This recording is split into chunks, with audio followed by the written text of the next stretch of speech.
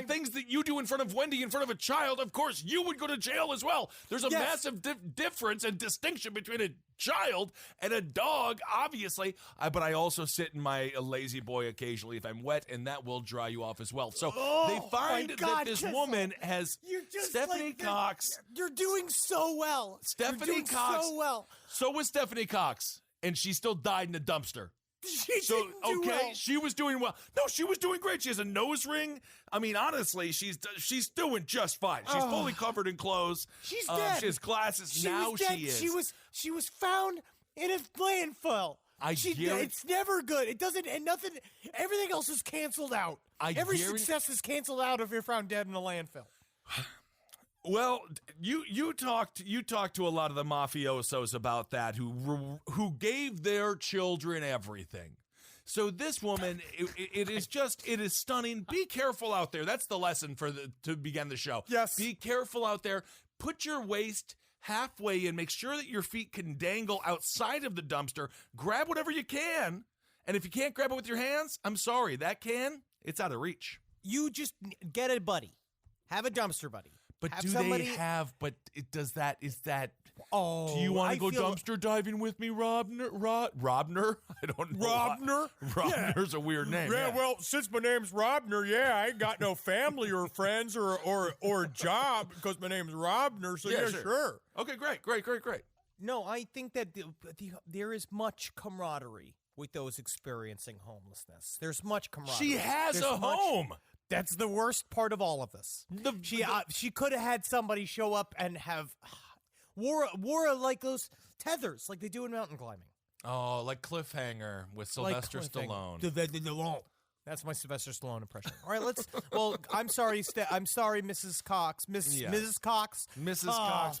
It's very sad, but be careful out there because I know we have a lot of freaking listeners. Maybe we do. I feel like it was more of a trend. You have to have a smartphone to listen to our show. Yeah, but that's the thing. Again, Henry, these freaking people, it's not about not having money or technology. It's about believing that the waste of food is immoral. So I get it. I think we talked about this. We talked about this endlessly. Exactly. I'm with you. Right. I think it is immoral, and you should, I guess, go for it. But again, keep your head in a swivel. I agree. Otherwise, your head is going to be in a dumpster. Oh.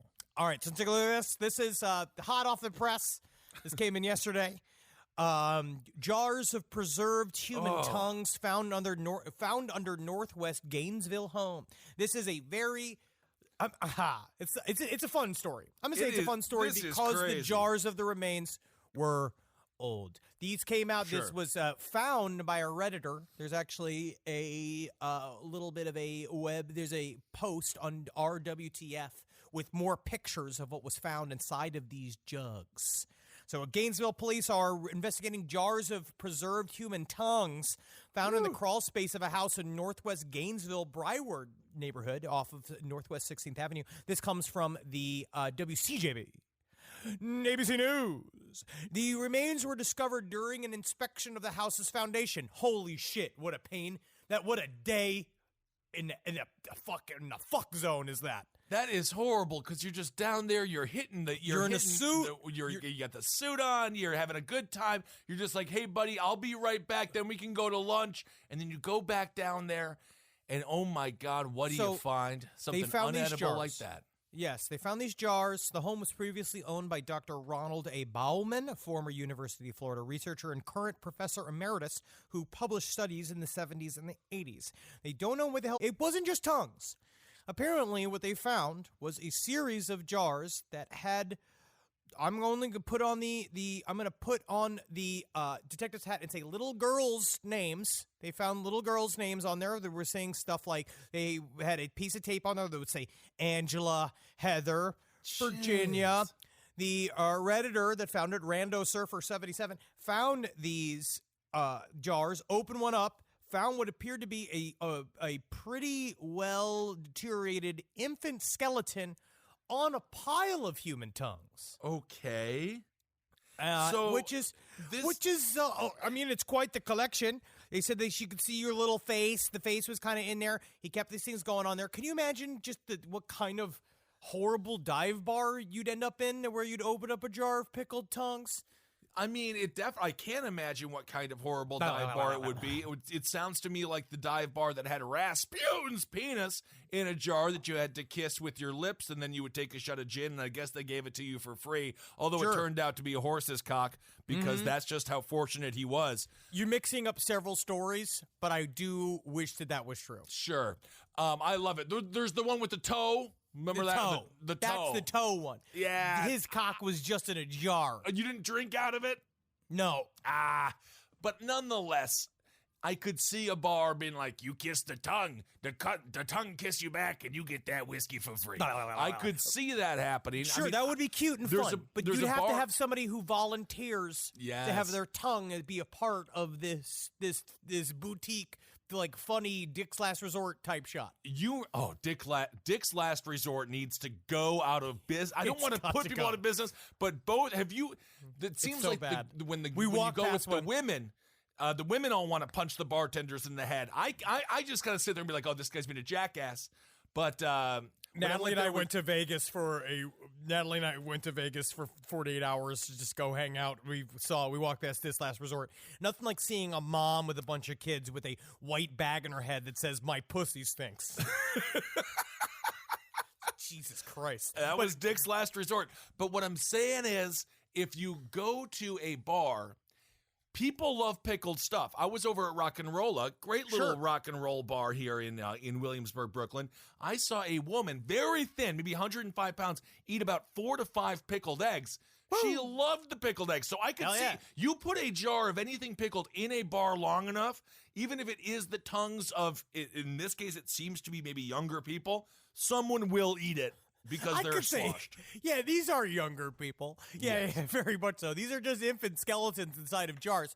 Now, according to another Redditor found this stuff as you go through this thread, apparently this particular doctor, he published an article in the 90s about oral cell carcinoma in identical twins in their tongues. Yes. So, these might be tiny baby cancer tongues that are just in jars that he kept in the basement of his house. He kept in the crawl space. But why? Okay, so the question is, obviously, this guy, as Henry said earlier, is still alive.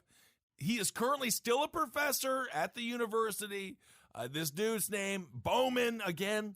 I guess he has Ronald Bowman. I think he's got some questions to answer. Where did all the tongues come from? Did you sever these tongues out of the mouths of someone, a child, perhaps, sir? I mean, it feels like they may have fallen out. No, I think they might have just straight up fallen out. I don't know. I don't know how cancer works. But I'll tell you what, if you ever have any problems getting your stamps put on envelopes, you can go by his house, huh? Oh, my God. What is It's really unfortunate. It is. And I think that all these twins did die of this cancer. And then he just got to keep them, I guess, as souvenirs. Doctors are weird. Doctors are so weird. They just see us as a bunch of human flesh. Not even human flesh, just flesh. Mm-hmm. It's strange that they can hold any kind of relationship. And as a matter of fact, every doctor I know, they have a very tentative relationship with humanity. It's going to be good. I'm very excited for the response to that. I wonder, because how do you let somebody just walk away with this stuff? Maybe you just have it. Maybe you use it for years. But also, why put it in such a creepy place? Why put it in the crawl space? If it is your actual, medicinal history, you want to look at the archives of all of your work, wouldn't you just keep them in very big, seeable through jars in your office? Like old-timey scientists, like Mary Shelley's Frankenstein did. Yeah, you want to hide it in plain sight. I completely agree. I mean, if you go to the Alamo Draft House here in Brooklyn, they have their entire back bar is nothing but baby fetuses and very bizarre afterbirth and miscarriages. Be proud and stuff. of these specimens.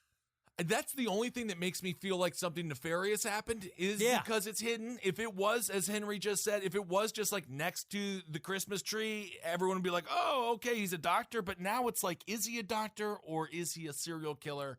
Maybe he just got sick of seeing all the tongues, but then doesn't that also make your house haunted if you have a bunch of body parts in the floorboards? I feel like that's just a recipe for a haunting, unless maybe that's what he wanted as well. Maybe not if they're pickled.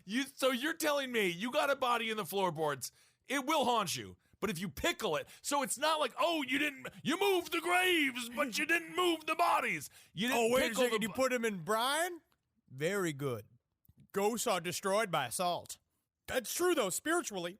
But imagine being there on Christmas, and you could have, like, each one a little stocking for each one of the little infants in a jar, and you could put a little, like, $10 McDonald's gift certificate in each one of those little stockings and put little Santa hats on top of them, and then you could get the little jar of tongues, and then, like, you know, if you want to scare some of your kids' friends when they were, like, Sure. you know, maybe making too much noise at a fucking sleepover, you can come in with the jar of tongues and be like, these are all the tongues of the kids that go through my second refrigerator and take my Diet Pepsis, because those Diet Pepsis are for Dad. And then you shake the thing, go, like, See? that's fun.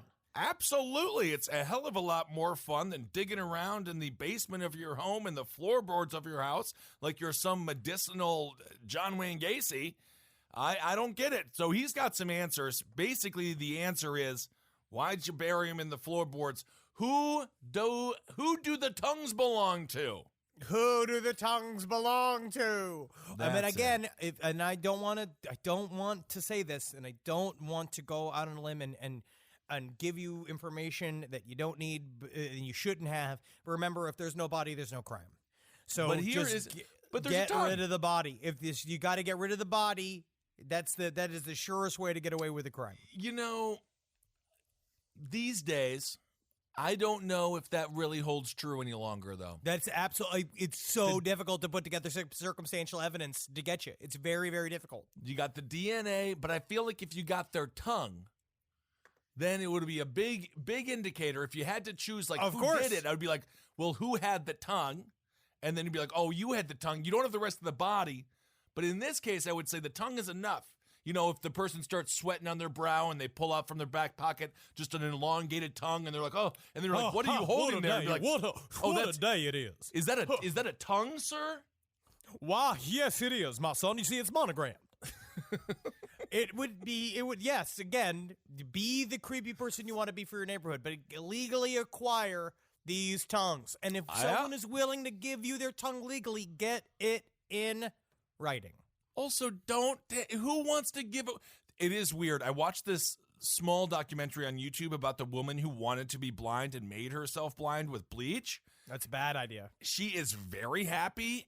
I forget the name of the She's condition. mentally ill. She's a broken person. Yeah. She is mentally ill, but perhaps there's someone out there who no longer wants their tongue, and there's someone for everyone is what I'm trying to say. What are you saying? I would never give away my ability to go. No. I know what such a wordsmith. Out of all the things you could use your tongue for, making fart noises is the one thing you'd miss the most. And eating pussy.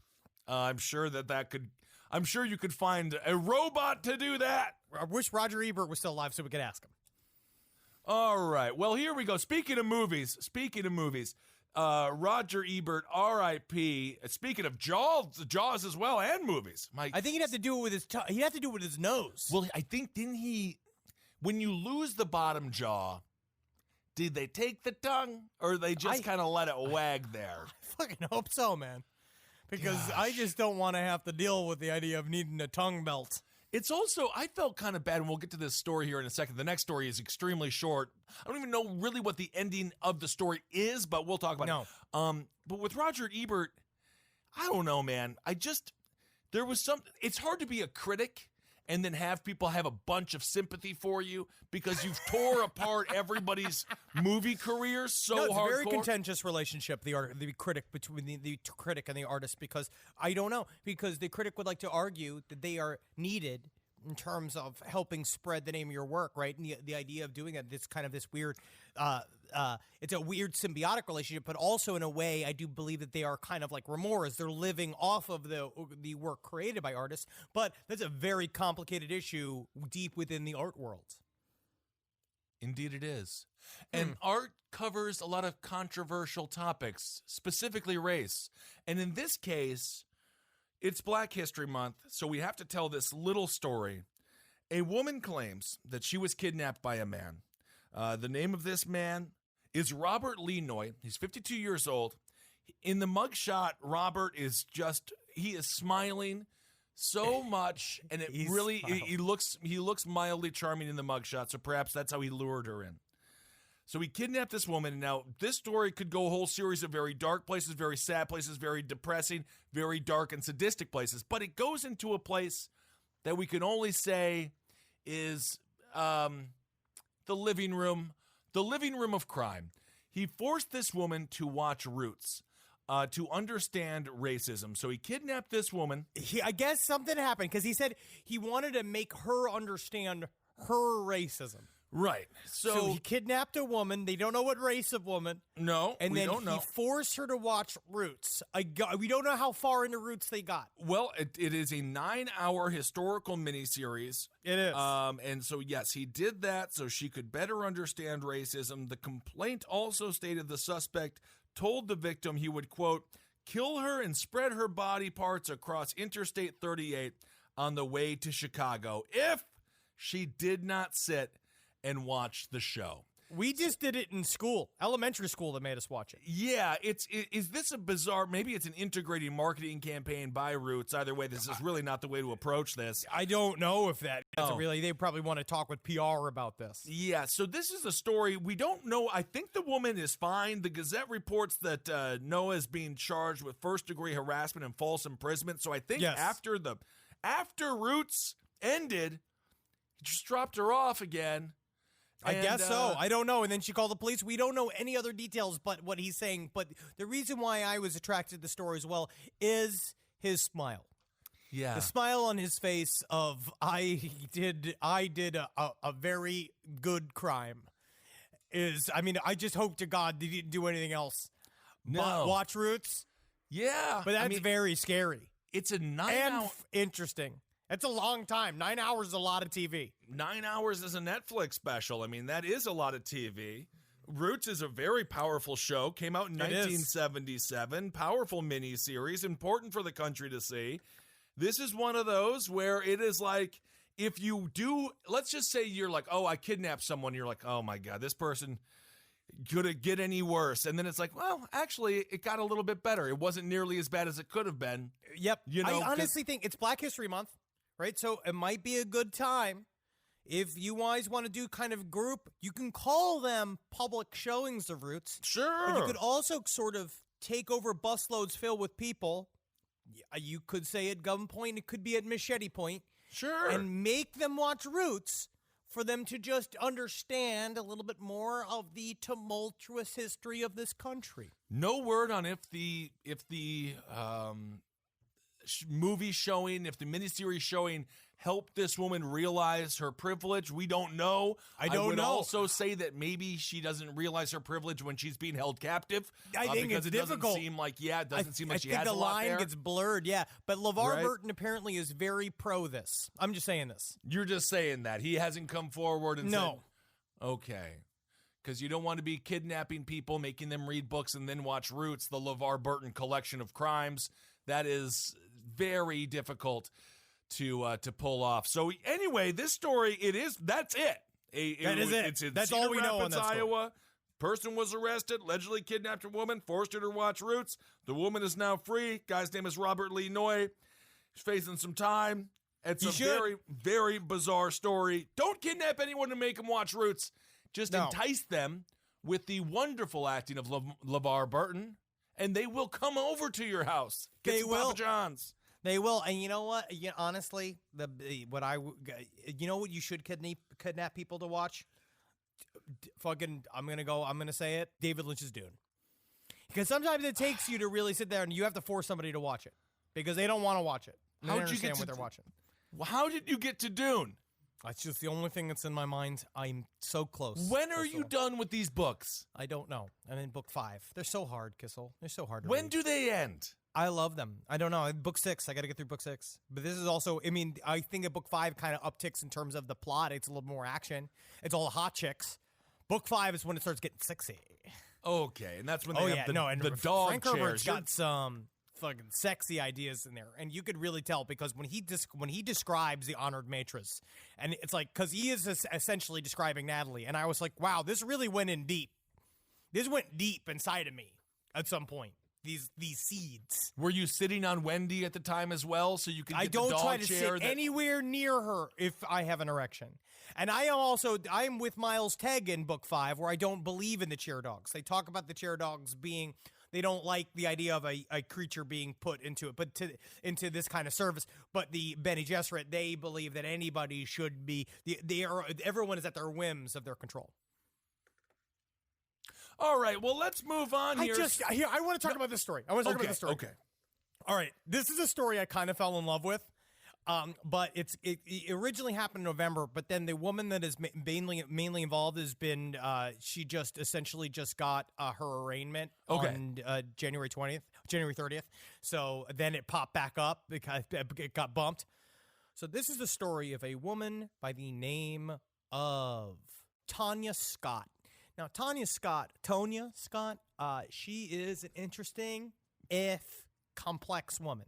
She has gone on to say that she is half Native American, half black, and she has decided to say that she is of the Iroquois Nation. Okay. So she has been going through various locales, middle Pennsylvania, trying to claim her Aboriginal heritage of areas of well-established ownership. Two Wawas, to place, and filing for filing suits saying, I own this due to my heritage. I own this land. Right. Okay. So where this has escalated is that she managed to get together a group of, I'm going to go on to say, it is of toughs, a group of goons. Okay. A bunch of people. One was the head of security at McDonald's, and hired them in order to attack an entire housing development, a place called Pine Ridge. Yes. Where they've decided, and they did a full-on assault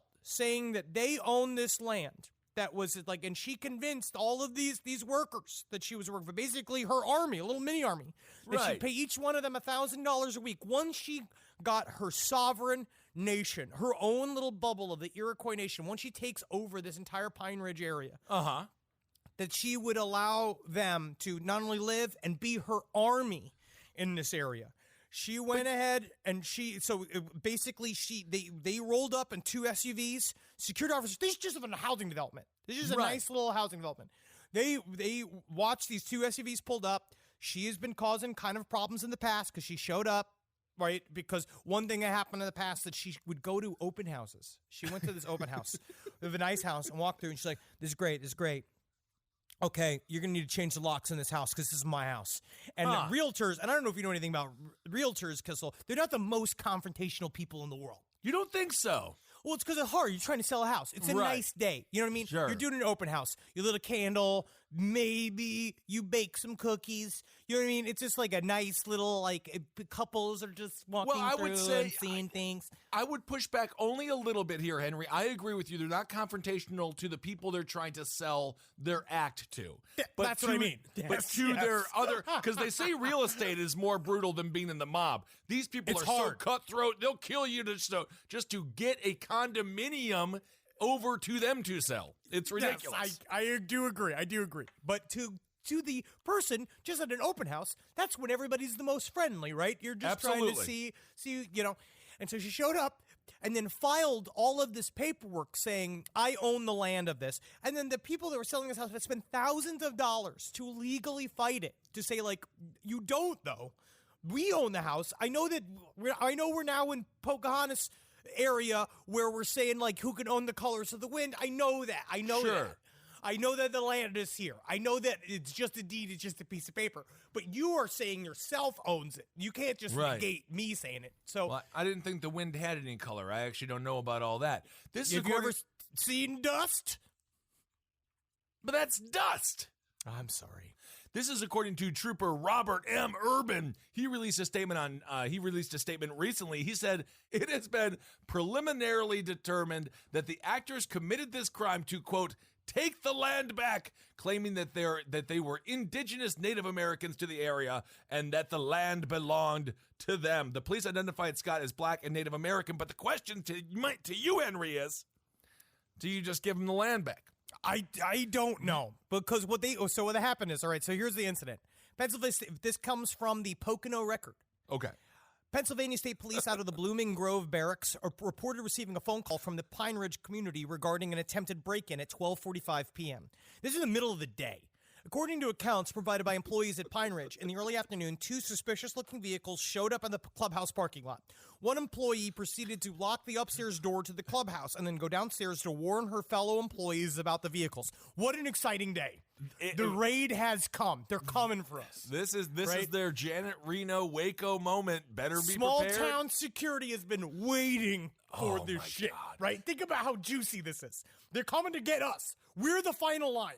Small town security, we have to do a quick plug for this show. Very short-lived reality show. Maybe the greatest reality show of all time, not hyperbole. Check out Small Town Security. I have no idea where you can even find it.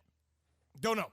It's somewhere. It's somewhere. So they went and they found these SUVs, and I guess they recognized that it was Tonya Scott because I guess she was doing shit like literally going into the parking lot and like doing fucking circle 8s and doing fucking fishtails and burning rubber, like harassing people.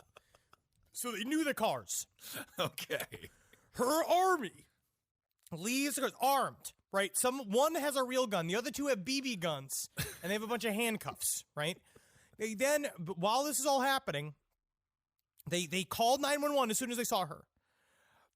Sergeant John Derbyshire of the Pine Ridge Public Safety Department, this brave man, he reported that several men forced their way into the public safety office in the building, handcuffed him, took his gun and gun belt.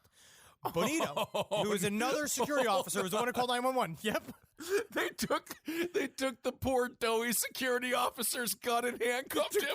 He had one job to do. It's hard, man. You got overpowered. Oh, I guess today I'm not gonna do my job very well. I lost my gun. You remember that from Magnolia? Yeah. When John C. Reilly, that's a great scene. So they came in. The police officer arrived. The head of security got the call. Right. After one security officer was called 911, then the chief of security, Anthony Bonito, got a call. So Bonito rolls up to the office. He sees the first floor entrance door has been broken in. He enters the office and saw 5 men holding Derbyshire down. He raised his firearm and he told them, and police said stop. The men pointed guns back at Bonito, and he retreated. He retreated because he didn't want to die. He couldn't die today, and he went out and he got the cops, right? And they all immediately got arrested. Was there not one brave security hero? They just didn't want to get shot. He didn't want to get shot. Didn't he have a gun? I think that he could. I'm very happy no one died in this. Yes, he didn't want to get shot. But so this all happens. They all get arrested, right? Okay. So now I guess Tonya Scott had started. She got her troop arranged by a man by the name of Troy Sutton, who was sort of like her second in command. What happened was that when they as she's been doing these various these ideas of trying to get people to like get houses for free, essentially. Sure. So according to Sutton, Scott was he was the corporate security guard at McDonald's in Brooklyn, New York. Scott approached him at work. Right, sauntered over. She remarked she liked the way he operated as a guard and informed him that she needed to hire a private security to occupy land that she owned. This is happening at a McDonald's? This is at a McDonald's. And so about 3 weeks before the incident, Sutton said that Scott contacted him and sent him documents and supposedly proved her right to the properties. She made all of these weird-ass properties, right? These like weird paperwork saying that I did own this. This is I have rights to this land. Okay. Sutton, he then sent the paperwork to his cousin, Adam Abdul Rahim, who he claimed was a security specialist and an owner of a business called Elite Protection Agency for verification, right? Abdul Rahim, he related that the documents were legit. They were not. He was completely correct. He was completely incorrect. Yep. Oh my God. So you have it just gets dumber as the story goes. It's a fantastic story. Okay. Abdur Rahim offered Rashid Abdullah, Adams, Halinger, Musa Abdur Rahim, and Sutton positions for the operation. So they all got together. Okay. They moved to Binghamton, right? They moved closer to the operation. They all left their homes in order to get there and say, we're really going to fucking plan this. The men all came together at a McDonald's in New York City to make a plan. On Sunday, November 17th, early Monday morning. Could they go anywhere else other than McDonald's? The guy works there. Hub. Doesn't he want to go to a Burger King or even a Wendy's? I actually do agree if you're going to plan a crime, go to a McDonald's. All right. Because it's a great spot for it. They don't kick you out. You can just get a soda. All right. And so they all fucking rolled up on this dude. They got all this shit. So now this is all. So now they've all been arrested. This was a obviously it's a Coen Brothers movie. I wanted to see this movie. So now cut to January 30th, 2020, where she is being arraigned. So Tonya Scott and one of her alleged accomplices in the plot to take over the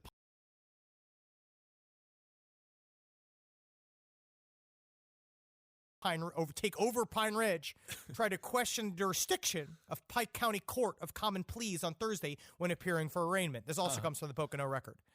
Speaking by video from county jail, one of her accomplices, Kiba Harris, one of the people in her crew, she asked Judge Gregory Chilak, "You represent who exactly?"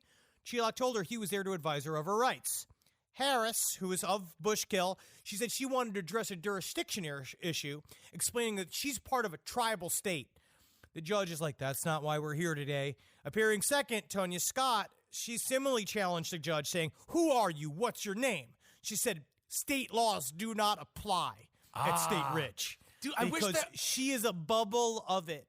She's a bubble of her Aboriginal rights, and everywhere she goes, she is a sovereign nation. I kind of love this sovereign citizen vibe I think going it's on right now. interesting. It's very Tea Party what they're pulling off. It is very interesting. It does not work. No, it never works. She's been filing. So I also want to put one of her frivolous lawsuits that she was doing up until where all of this boiled over. And one of her suits, she kept suing the fucking U.S. District Court in Pennsylvania, right? She was suing various entities of the state house, right, of Pennsylvania. And in one of her suits, Scott sought $20 million in tungsten-free, 99% pure silver and gold coins because she said that she was owed them. She was what she was owed, but it had to be pure metal, and that she wanted title to her properties. And a third, she likened deputy sheriffs in Pike County to modern and historical genocidal paid mercenaries. I mean, she has a point, but unfortunately, those paid mercenaries won. So they won. In total, the group now faces 18 first-degree felony accounts, including aggravated assault, terrorism, kidnapping, burglary, robbery, theft. 6 second-degree felonies included aggravating assault, criminal trespass, robbery, theft, and use or possession of an electric or electronic incapacitation device. I love the independent spirit. You know, I love the get up and go, make something of yourself in this country. It's frontier thinking. That's it's old school frontier thinking. It is. You go and you build a homestead for yourself.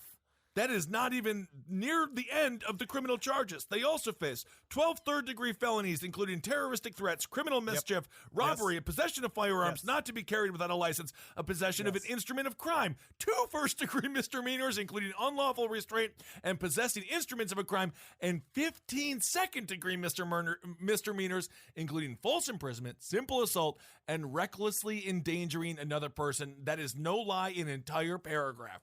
It seems full of charges. Yes, it seems that they have made a lot of enemies. Oh, and they have got the book thrown at them. They are not making it any easier on themselves in any way, shape, or form. The problem is when you claim to be a sovereign state. Sure, you can be. You can claim that, but you need to have trillions of dollars to then go up against the United States of America. Yeah, because we are difficult. We're a bit of a difficult adversary. It's a waking nightmare to go against the United States of America. That's why most people don't do it. No, that's what they do. That's how they suppress so many people doing these frivolous lawsuits. But she has not been mollified. And I don't know where Tonya Scott will go from now, but I can see a presidential run in her future in 1,000 years when she gets out of jail. At the very least, give her a Wawa. I mean, give her a Wawa. Give her a Wawa. They wanted the 2 Wawas. Give her 1 Wawa, or give her a roller dog station in the Wawa where she can take half of the roller dog profits. Boom. It's very interesting. I just think, again, it takes all kinds. Oh my goodness. All right. Well, I think let's do Hero of the Week, shall we? Yeah. Found a fish with a cowboy hat, put a mustache on his beard. You have the wiener dog done.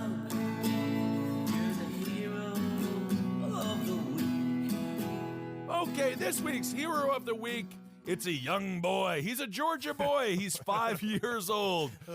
The boy, Okay, good. The boy awoke to flames in his bedroom, but you know what he didn't do like you and I would have done, Henry? Although maybe we wouldn't have. I'm not sure. We're quite cool and calm under pressure. He did not freak out. He said, okay. Nope. There's a bunch of fire in my bedroom. Maybe it was the innocence of youth where he didn't realize the charcoal death that was in his near future if he didn't make massive moves. He was very, very brave. He was very brave. Noah Woods is his name. He's one of 8 family members asleep in the home in Georgia. It was a Sunday. The smoke filled up, and he said, okay, it's time for me to be a hero. Jumped out of bed, grabbed his sister, and got out of the house through the only available exit. But you know what? Noah said, okay, I saved my sister. That's good, but is it heroically great? No. He went back into the house, and did he save his parents, Henry? No, because he's a hero. He saved his dog. And I love this very much because every 5-year-old boy, he loves his young sister, and he loves his dog. Well, If you the got to parents save, can't those are figure the it truly out, hard ones. The parents got to save themselves, unfortunately. that's it. So he went in there, he's got the dog, he's got the sister. As far as I'm concerned, if you're this Noah Woods character, if the parents don't make it, you still got a family, you saved enough.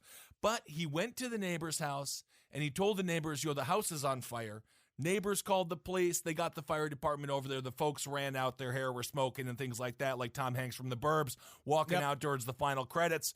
But he saved his entire family, and it is it's just it's powerful. This is according to Fire Chief Dwayne Jameson. He said, we've seen children alert their families before, but for a 5-year-old to be alert enough to do this, that's pretty extraordinary.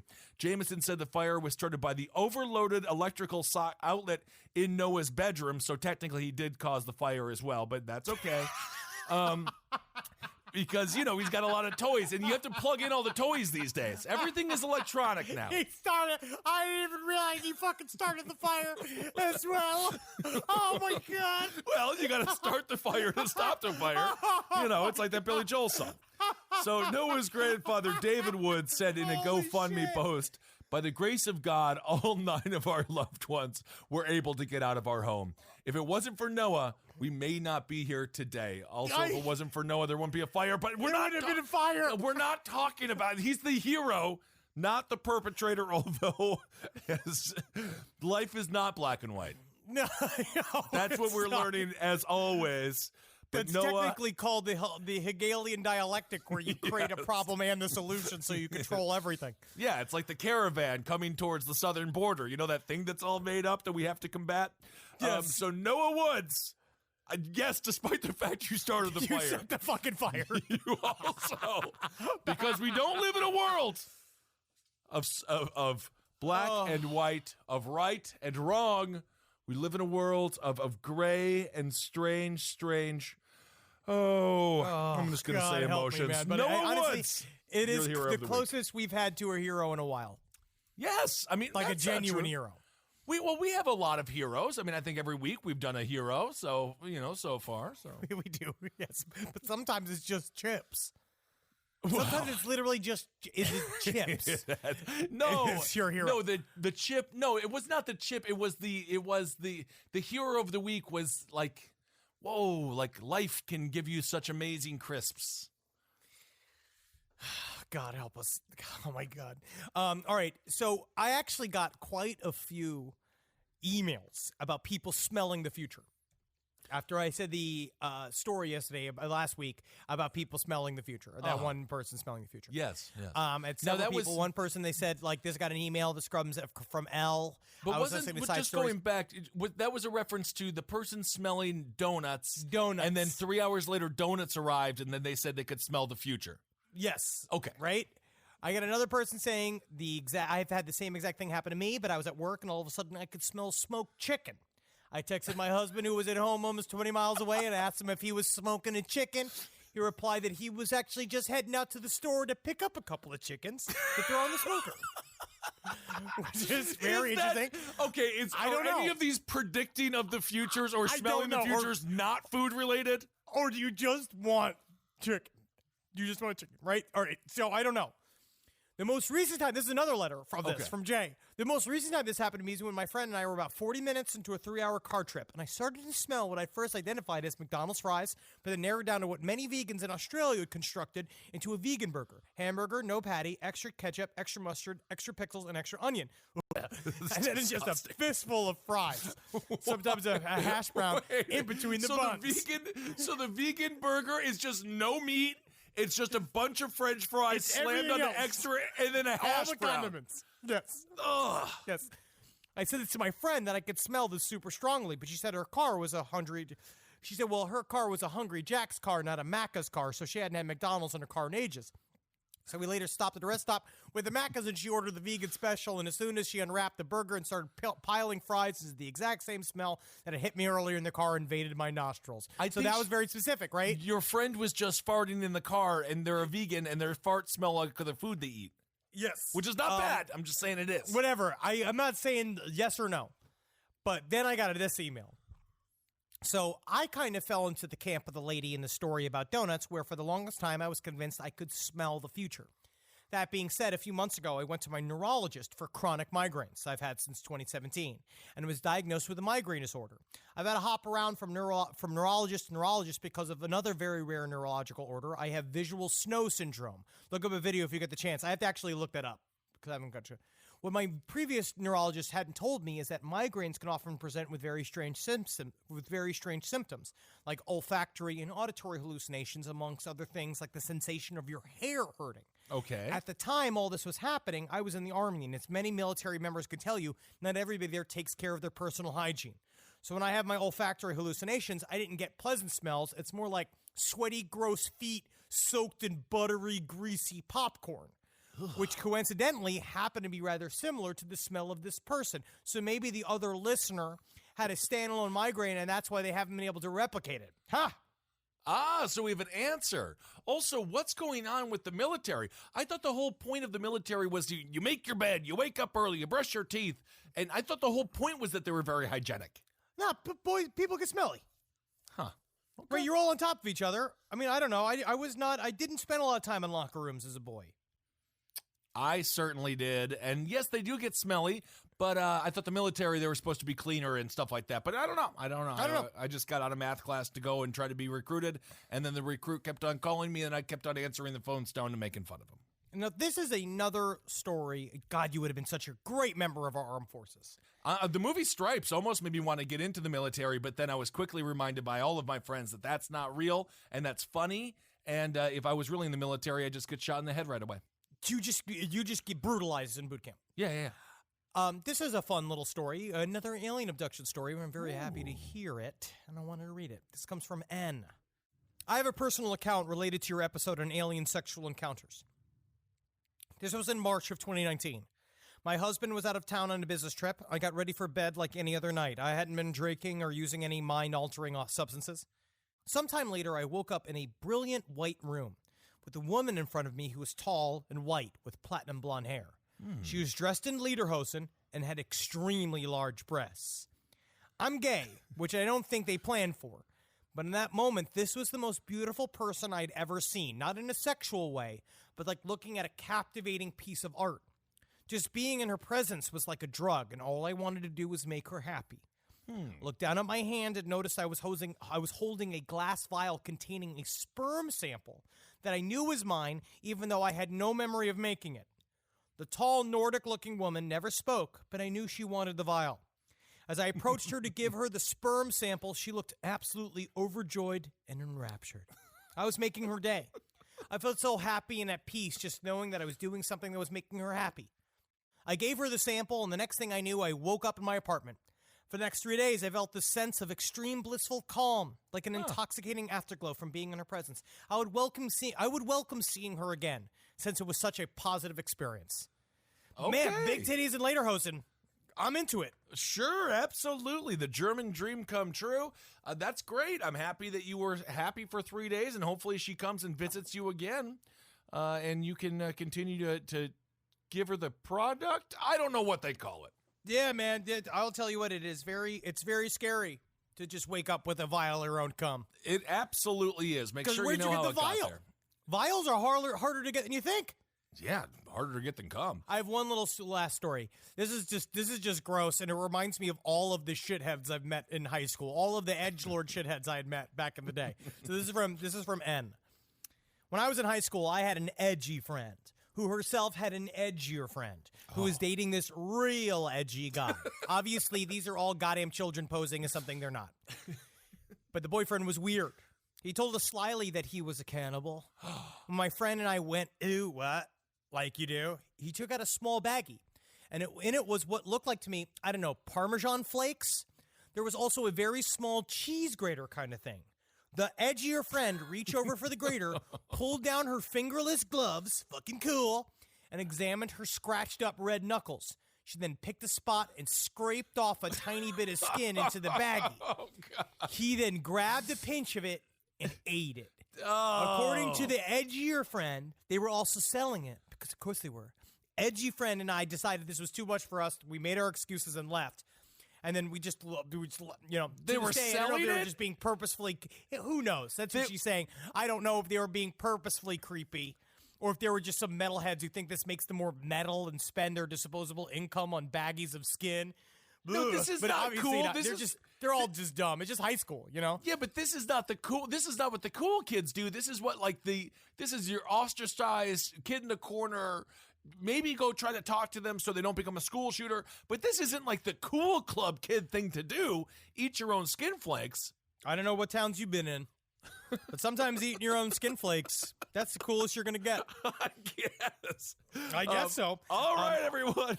I also want to say thank you. Can I say thank you to all the people who sent me updates in the Bethel Church and how interesting that is? I got a lot of information. I'm hopefully will put more of this shit together as they go, but man, oh man, they're a creepy bunch. It's very interesting to see what goes on once you got God. Yeah, absolutely. And we also will do an update on the Sarah Lawrence story maybe next week, because there is more information coming out about that. That story is continuing to get crazy. That dude, I didn't realize he had all those girls working for him in like short shorts at like 3 o'clock in the morning. And then all the neighbors were just like, what are you like? What happened? What is going on? So I think it's very interesting. Apparently, Mark Wahlberg's already purchased the story. what? Yep. Mark? I'm very excited. We're going to cover him, and also